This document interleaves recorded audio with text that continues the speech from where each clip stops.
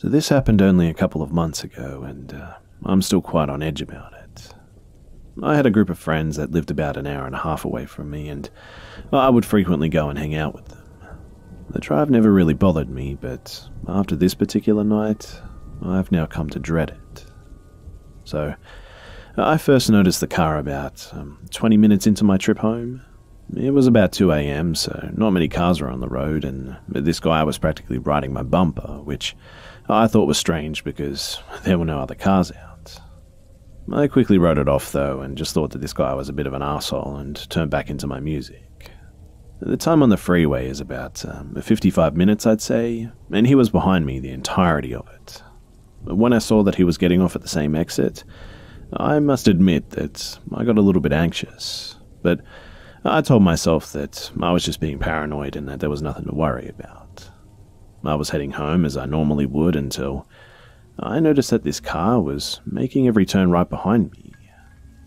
I started turning down random roads too to test my theory of them following me, and just as I suspected, they were trailing behind me. I stopped going towards my house at this point and started just driving randomly, trying to think of what to do. I tried whipping down roads at the last second, but that didn't work either. I actually ended up driving through red lights and stop signs because I was scared of what would happen if I stopped. I was desperate at this point, so I called the police and told them that I was being followed for over an hour now. I gave them a description of the car and my location, and the dispatcher told me to drive to the police station and there would be officers waiting in the parking lot there. And as I turned into the parking lot, what do you know, the car sped off. One of the police cruisers immediately flipped on their lights and followed them too, and I stayed at the police station and gave my statement. I also followed up with the police station after not getting a call for some time, and the officer that I spoke to said that he wouldn't go into detail, but apparently there was a lot of meth found in the man's car, along with some very sharp weapons, and he is now in jail.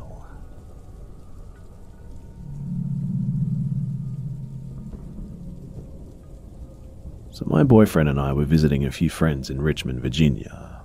We went with another couple and decided to get an Airbnb together. The other couple that we went with picked out the Airbnb, but they hadn't really been to the RVA before, so the place they picked was about 15 or 20 minutes outside of the city centre. It was a bit of a pain in the arse, I admit, but it wasn't a big deal. The neighbourhood was nice and the house was okay, so all was good. When we got to the house, it seemed really, well, I can't really describe it. It was nice enough, and we were only staying for a weekend, and the owner even left us some banana bread, but there was just this odd vibe about it. A bit of a creepy vibe. For example, when I put our stuff in our bedroom, I opened up the closet and there was nothing in there but a chair. Not like a fold-up chair, but like a small child's chair, facing the bed from the closet. There were no hangers, no other linens, no towels, just this small chair in an empty closet. I know that that's reading into it, and it doesn't sound creepy really, but it was just weird and had a weird vibe about it. Anyway, I brushed it off and we decided to settle in and then go and meet up with some friends in the city. Day turned into night and we all had a bit of a drink and decided to call it an evening at around 1:30 a.m. The four of us head back to the house and we all just went to bed. So usually, when I drink, there's nothing in the world that will wake me up. My head hits the pillow and that is where I still remain until the sun comes up. So, I don't know why it didn't happen this particular night. Maybe it was the feel of the house, but I woke up at around 3 in the morning to a quiet giggle. Like a grown man just giggling. I thought maybe my boyfriend was just giggling in his sleep, but then the giggling started getting louder, and it sounded like it was coming from outside our window, in fact. But the window was actually located behind the bed and above our heads, so I quietly snuck up to see if I could see anything, and there was nothing. There was no one out there, but it went quiet when I looked, and the giggling had stopped. So I was about to just go back to sleep, but then it started back up again. And this time, I knew that it wasn't my boyfriend, and I knew that it wasn't the other couple too. The giggling grew louder and louder too until it was just full-blown hysterical laughter right outside of our window at 3 a.m. I felt my boyfriend's hand clench mine, and I didn't even know that he was awake. I asked him, "Did you bring your gun?" And he said, "No, but I have a knife." He asked if I saw anything out there, and I said no, I couldn't, and the laughing stopped after about 15 minutes. We stayed up until about 4 a.m. just looking outside the window, making sure that the laughter didn't come back, and when we did finally go back to sleep, we woke up the next morning and we asked the people if they heard anything, and they said no. In fact, they thought that we were kind of crazy. One of them even suggested that I dreamt it. But how did my boyfriend and I both dream that there was just some random person laughing their heads off outside of our bedroom window? I can't tell what's creepier, to be honest. The fact that we heard that at 3 a.m. in this creepy house right next to our window, or that when I looked outside, there was just nothing there. I guess you can chalk it up to my not being able to see it. Or maybe this person was directly under our window. But why would someone do that? Why would someone just stay for 15 minutes outside of a house giggling and laughing, and then just presumably leave? Nothing happened after that, and we went back home, but to this day, my boyfriend and I still bring it up as one of the creepiest things to ever happen to us. I don't know why that guy was there, and if he was trying to maybe bait me to open my window or something, but I'm sure glad that I never found out.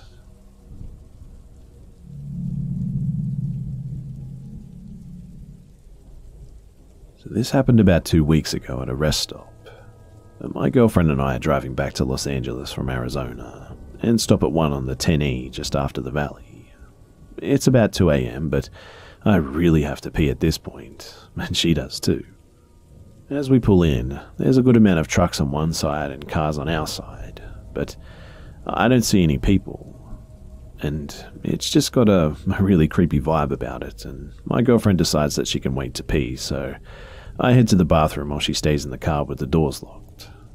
In the bathroom is a barefoot, very dirty man just sitting on the floor under the sinks watching videos on his phone.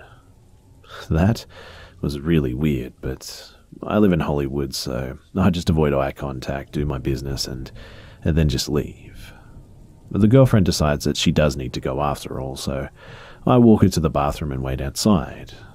There's still no human activity in the rest stop apart from that weird guy sitting under the sink. So we get back into the little Subaru and grab some snacks from the trunk and get in the car. The doors are locked and the engine is on, but we're just sitting there for a minute or two just preparing to go when I catch a glimpse of headlights in my mirror. There's an old 70s massive sedan just slowly passing behind us, and I can see that it's filled with 4 or 5 men. Their windows are down and they pull into the spot immediately next to us. Mind you, I parked nowhere near any other cars, but they pulled up right beside us.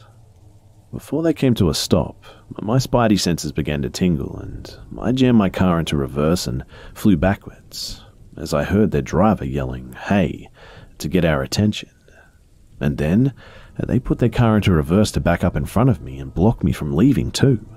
But thankfully, I'm driving a new Subaru versus their old chunky sedan from the 70s, and without taking an extra beat, I floor it and swerve to avoid them while they back up. We booked it out of the stop, and I did a good 90 on the 10 for a few miles after that. I honestly can't say for sure what would have happened if we stayed, or if we had just let them stop us to ask us questions or whatever, but to be quite honest with you, I don't think that they were there to ask any questions. I can't say for sure what would have happened if we had stayed and talked to the guys, but in all honesty, I don't think that they were there to ask for directions.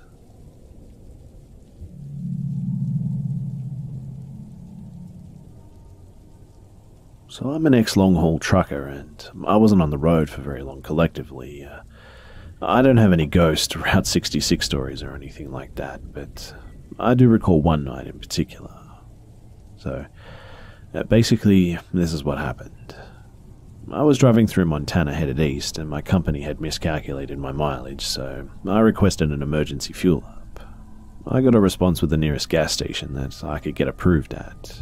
It wasn't exactly close too, so I turn off the main highway and head toward my stop. Mind you, it's completely pitch black at this point.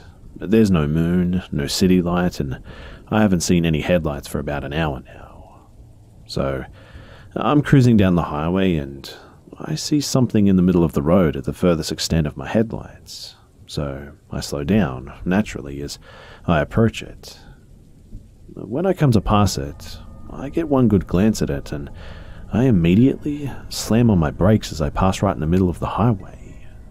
All I could think was, what the fuck did I just see?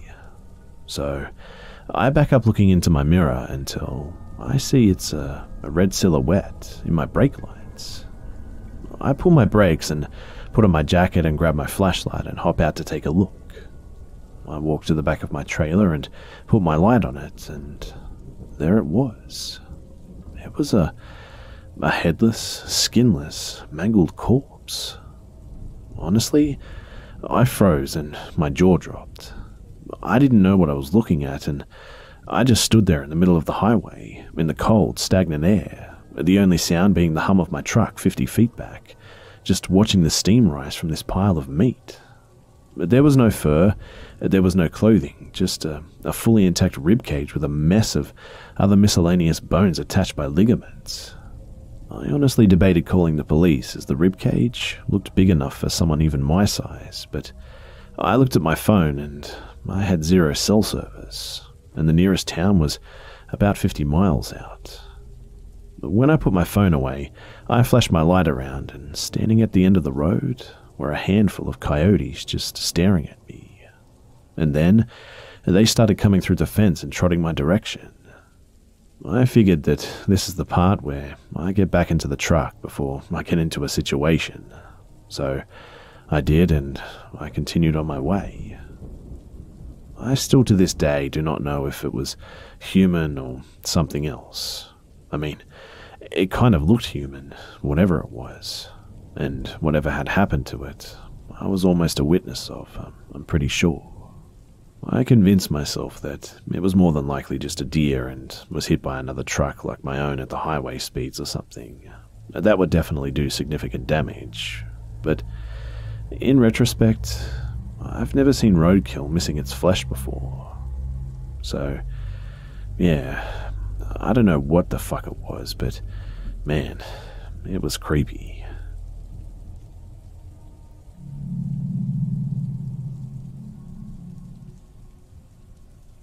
So, the following story happened on the night of Friday the 13th. Me and my girlfriend and 3 other friends were at the time tripping through Europe. Usually, we tried to find a camping ground where we could safely set up our tents for the night, but since some locations we visited were really off-grid, we sometimes just resorted to sleeping in the wilderness, so to speak. We did this about 3 times without, despite the usually creepy surroundings, any significant incidences. The last night of our trip, however, man, it gave us a bit of a scare. So, our last camping location of our trip was located in the Jura area of France, near a river with, on the opposite side of that river, a wildlife park.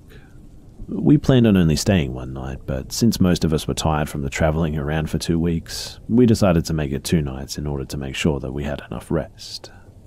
So, we arrived at the place and everything seemed okay.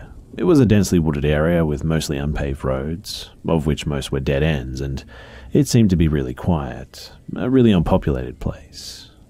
But while driving through the woods, we found a road that led to the riverbed.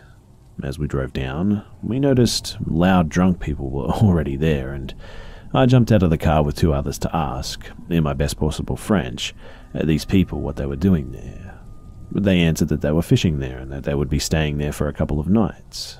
But then I asked if it was okay if we could stay with them for the night, and even though they said it was okay, we decided to search for another spot because we all felt that these people were not the kind of guys that you wanted to spend the night with, if you catch my drift. We jumped back into the car, and after debating what we should do, we decided to drive further along the road in order to see if there were any other roads that led to the riverbed. After only a couple of minutes of driving through this rough terrain, we found a road that led to the most beautiful place that, honestly, I've ever seen. As it was already dark at this point in time, we didn't see what the road was like when we drove down, so at this moment, we hardly noticed the mud and the rocks sticking out of it. After a bumpy descent, we reached our beautiful spot and set up our tents, and everything was perfect. The following day, we were just relaxing and swimming and just having a good time when me and the main driver of the group, Joey, we decided to go to a store to get some snacks and drinks and whatnot. As we were driving up the road, we noticed something that we hadn't seen the night before. Mud and a single giant rock were blocking our path. After discussing the issue, we decided to dig the bastard out, and we hoped that after we did this, we could continue driving up the road. As we were digging, a man and his dog came down the road with an old SUV and saw us struggling with the rock. He seemed friendly and told us that he was a local that wanted to go for a swim and offered to tow us out of there. As it was doing so, he told us that he had towed many people out of there before and that we should park the car on a less steep part of the road, which was a lot farther back from our camping spot, mind you, when we got back from the store. When our car was towed to a more drivable part of the road, the man took off to swim at another spot.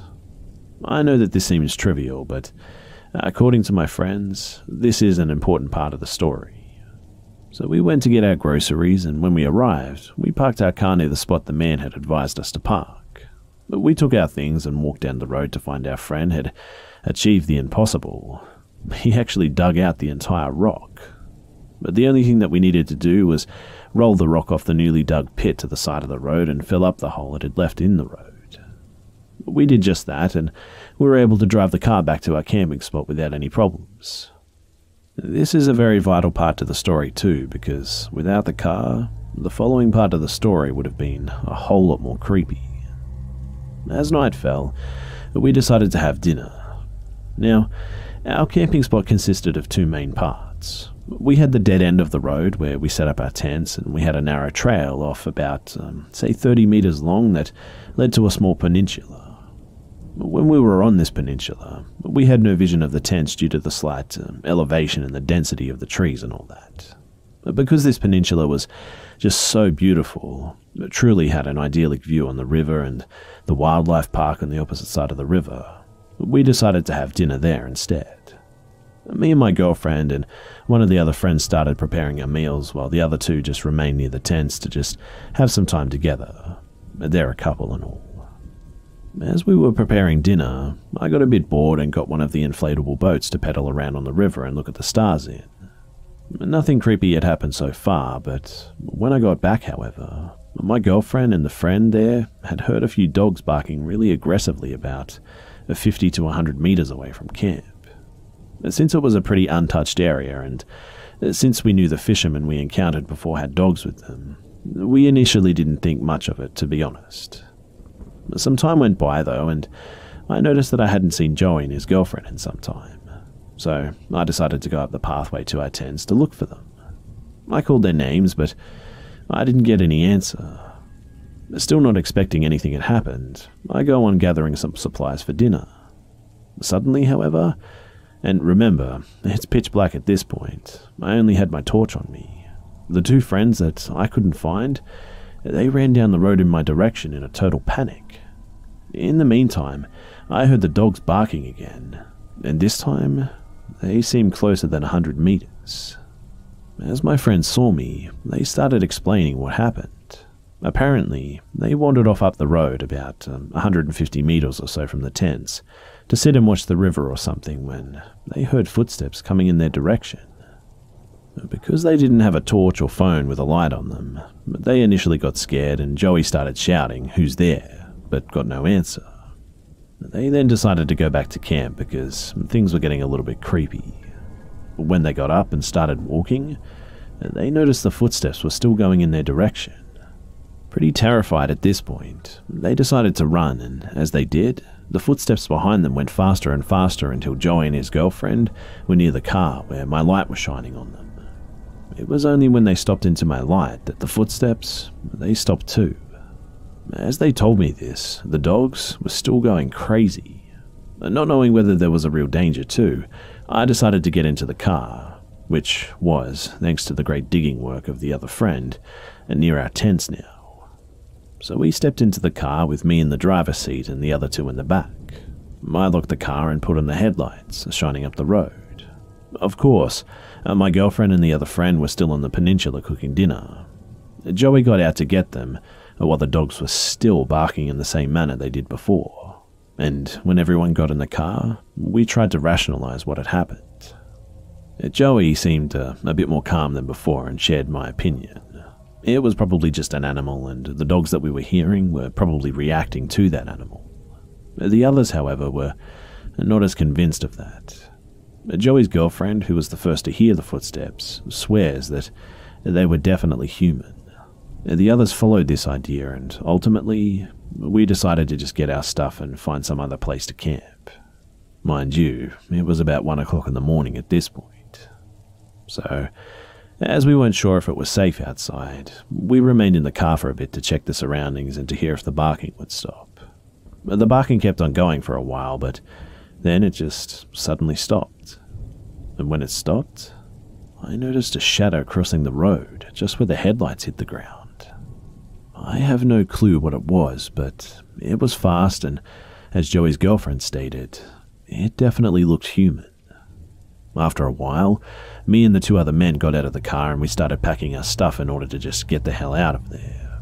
One of us kept an eye on the dark woods around us while the other two were packing. We heard the dogs barking again, but not as close as before. And finally, when everything was packed, we got in the car and we got the hell out of there. Now, I'm aware that the thing we encountered is possibly, or maybe even likely, just an animal. But after I did some thinking, it came to my mind that the two things mentioned earlier may have played a part in this.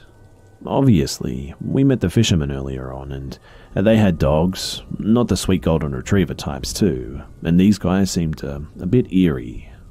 Some of us thought that it could have been one of these guys that tried to sneak up on us. Also, the friendly Frenchman who towed us off the road and advised us to park higher up on the road, he was the only one who knew exactly where we were. A paranoid mind might think that this man may have come back for us and that he had deliberately advised us to park our car somewhere else so that we wouldn't have any form of protection. And last but not least, Joey's girlfriend still insists that she definitely heard human footsteps. Anyway, what or who it was is still pretty unknown to this day, but let's just be happy that nothing too bad happened to us.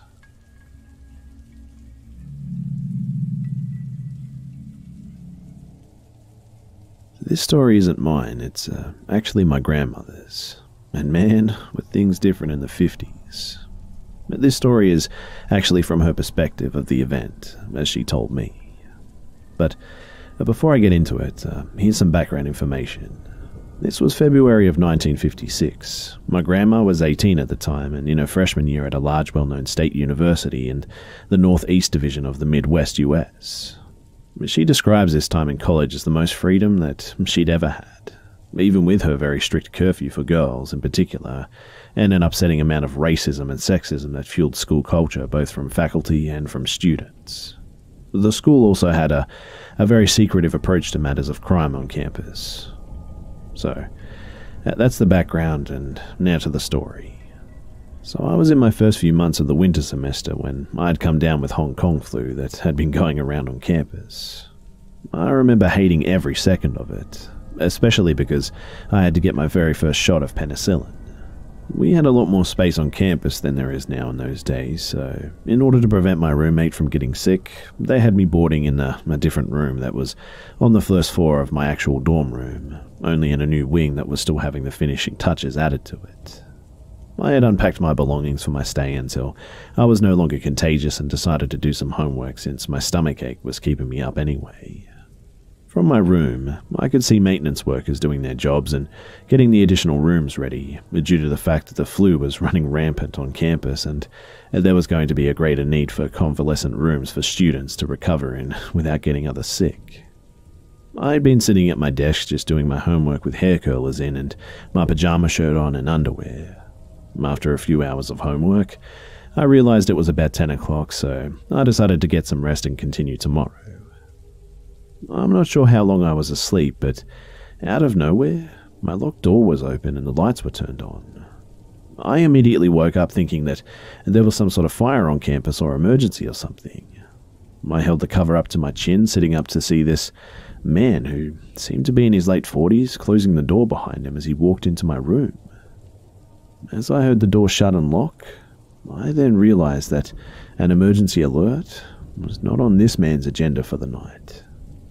I thought it was really odd that he had turned the lights on because it allowed me to notice every single detail about this man. He walked towards me, putting his finger over his lips, which led me to notice how awful his complexion was and how bright red his hair color was. He was wearing a suede rust-colored bomber jacket and these green corduroy pants. As he was walking towards me, the only thought that could form in my brain was how I was not about to let this man see me in my pajama shirt and undies.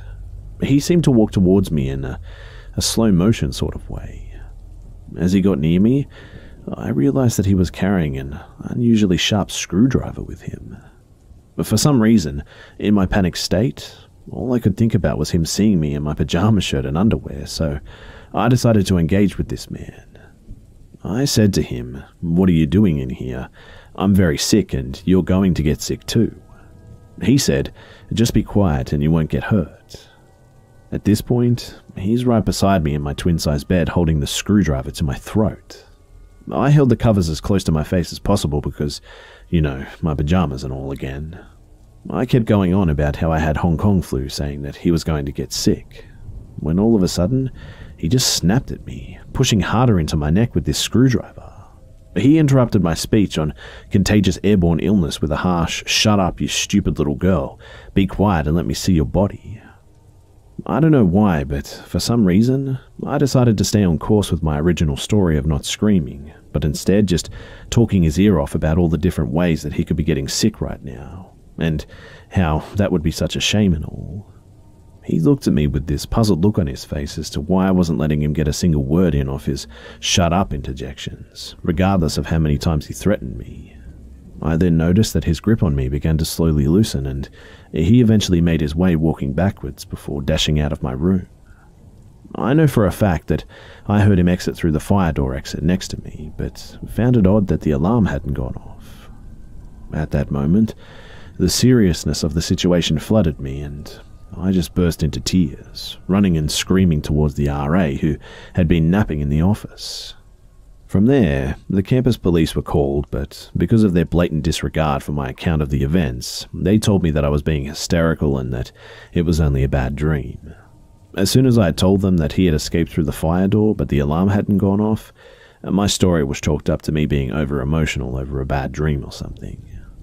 I didn't expect to hear anything else regarding this, in fact, and I hadn't told my parents out of fear that they wouldn't let me finish off my degree. They were never happy about me attending college because they felt that they were spending money for me to just become a housewife. However, about a week later, I had campus police come to me asking me to come with them. I had no idea why they needed me and hardly spoke to me the entire time, in fact. All they told me to do was walk up to a bench full of men, identify the one that I had dreamt about, and leave. It wasn't until nearly a year later that I found out what that was. Apparently, a week later, a young woman had been found dead, sexually assaulted, and covered in stab wounds, specifically around her neck. Me identifying my dream assailant was the confirmation they needed to link him to her murder. This man had been hired as an electrician for the school's new buildings and wings, so he had access to the keys of the newly renovated room that I had been in, which explained how he got into the locked room. This also explained how he was able to exit the fire door with no alarm sounding. I'm guessing that he did what electricians do and found a way to disarm it. I was left in the dark about all of this and only found out from begging my RA to explain at least some details regarding the case. All I know now is that this man was found guilty and was sent to the state hospital for the criminally insane. I no, nothing else really. Looking back, I guess I was lucky in that moment. My only concern was that I didn't want this man to see me in my pajamas, because had I recognized the real danger I was in, who knows how I would have reacted or how he would have responded. Anyways, my grandma was unable to answer any more questions regarding the details of what happened to him because the school was very strict about keeping this quiet. They didn't want the word getting around that it was someone that they had hired. They did their best to handle this as secretively as possible so that other students or parents weren't alarmed, and my grandma was sent on her way, never really informed on the case after this, and was never updated on the whereabouts of her little visitor for the remainder of her time at the university. G'day mates, it's B Buster here, and I hope you guys enjoyed this week's stories. So, I just wanted to remind you guys quickly that I actually launched a new weekly podcast, Be Scared, a little while back that you can check out if you wish. It's a Castbox original, so I hope you check it out on Castbox, but it's also available everywhere you normally listen to podcasts to today. I'm adding a link in the description below so that you guys can subscribe there if you wish, and the podcast will be weekly and will feature stories from No Sleep, series stories, and the occasional set of true scary stories too. It's completely free to subscribe there, and you can even download the Castbox app on your phone so you don't miss anything. And it would actually be really cool if you guys could review the podcast too, as it should help with rankings and all that stuff. Also, I just want to thank you guys for tuning in every week and being here. Without all of you guys, this podcast would have never happened, so thank you guys for being so supportive and tuning in every week. I'm actually super excited to be able to share this with you guys, and it's been really cool to see so many of you guys come on over, so thanks again everyone. As always, it would also be great if you could like, share, and subscribe, and thanks so much for listening, guys, and I'll see you mates in the next one.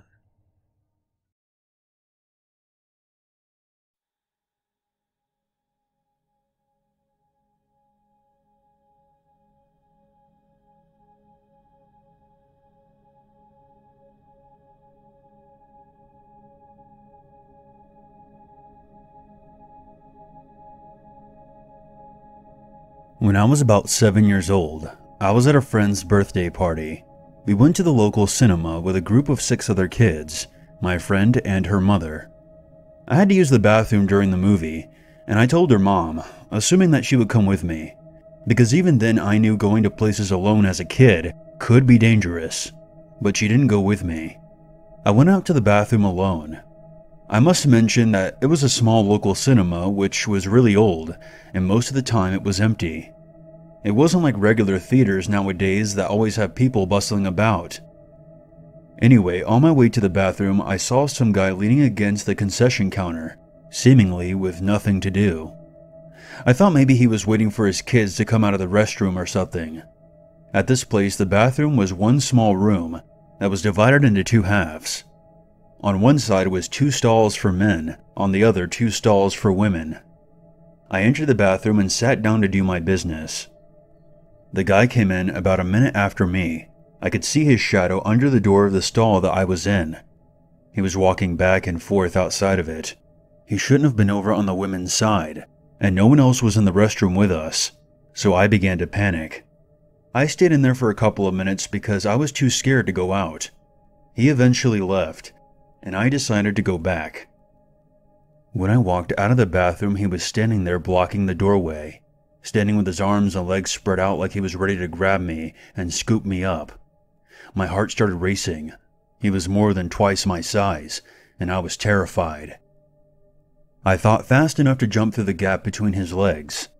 I skittered on the carpet and burned my knees, but I got up as fast as I could and ran back to the theater that my party was in. I wish it had ended there. That night at home, I remember hiding this doll that I had because I thought the man was going to come for me, and I wanted to make sure my doll was safe. My mom noticed me acting weird and asked me what was wrong. I blurted out that a man had tried to grab me when I was at the cinema. She kind of brushed it off, but I think that she was trying to act like nothing was wrong for my sake. I could see in her eyes that she was worried. Later, I heard her and my dad talking, and she asked me what the guy looked like. Did he have a black mustache? Did he have messy hair? He did. But how did she know these things? It turns out he was at our fucking house earlier that day, replacing a window, and he must have overheard me and my mom talking about the party. I don't know what he was planning on doing if he grabbed me. Was he going to kidnap me, or something else? I'm just glad he didn't succeed. I brought all of this up to my mom last night. She looked surprised for a moment, like she didn't think that I would even remember the incident after all this time. But how could I forget? She seemed uneasy talking about it, but I eventually got it out of her that the guy was never caught. I'll admit, when she said this, I had a moment of this sinking feeling in my chest. They never saw or heard from him again. She told me that the police had assumed that he had skipped town after failing to kidnap me out of fear of being identified. I can't help but feel worried though. Worried that he may have caught another kid, that they may not have been as lucky as I was. I really hope this piece of shit was scared out of attempting this again, and no kids were harmed. I once asked my great-uncle what his absolute worst memory was from his youth. He didn't hesitate at all when he told me that it was the night he went to go see the movie Dirty Harry, starring Clint Eastwood. It was 1971. It was at a small theater in Wyoming. My great-uncle and his best friend had bought tickets for $1.50 each to get in to see the movie. The cinema had a single screen, and they were sitting in the very back row because they intended to smoke cigarettes and didn't want to be caught and thrown out. He recalled there being only about 4 or 5 other people in the theater. For those of you who are unfamiliar with the flick, Clint Eastwood played a loose cannon cop who was borderline insane and was on the hunt for a serial killer who called himself Scorpio. The plot was heavily inspired by the real-life Zodiac Killer, and it was mainly that reason the two of them had skipped school to check the movie out. My uncle was big into true crime and unsolved mysteries. He told me that as he was watching the movie, he was being distracted by what smelt like spoiled meat. Even the cigarettes didn't help hide the scent. Once the movie was over, his friend immediately wanted to leave and escape the putrid smell. But my uncle bent down and started looking underneath the seats out of curiosity. 2 rows ahead of him, he noticed what appeared to be a meat patty laying forgotten, and he made his way over to it, confused about how it had been overlooked by the staff. When he reached the correct aisle and bent down, he then shot up again, just as quickly, and started freaking out and cursing in shock. What he had originally believed to be a harmless piece of hamburger meat was in fact an actual severed hand. It was a left hand, with soggy gray flesh, sitting in a thick stain of blood, and a handful of flies were buzzing around it. What was worse is that 3 of the fingers were detached and scattered across the floor not far away. My uncle told me that there was only 1 employee there at the time. He was a very overweight attendant who was sitting up front smoking a cigar, and the man didn't believe him at all, until he actually brought one of the fingers over wrapped up in his handkerchief. When the attendant saw the finger, he grabbed it and headed over to the theater with a dustpan and broom, looking more annoyed than alarmed. Another one of the theater patrons noticed what was going on and went across the street to call the police. My uncle's friend didn't want to wait for the police to arrive and instead got on his bike and rode home. My uncle stayed and watched as the police questioned the attendant and the man who made the call. The attendant denied everything, even after my uncle spoke up and told them where he had found the hand.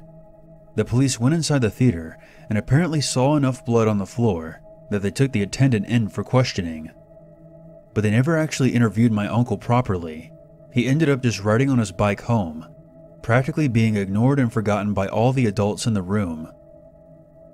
He never found out the exact story behind the severed hand, but he suspected the attendant and the other members of the staff may have tortured someone in there after hours, cutting off their fingers first before moving on to their entire hand. The theater was shut down several months later and eventually condemned. I asked my uncle why this was his worst memory and not his most exciting, and he simply replied, "Because whoever owned that hand was very likely murdered, and the killers will never be brought to justice." He says he can still remember the smell of the rotting flesh and the sound of buzzing flies circling around it.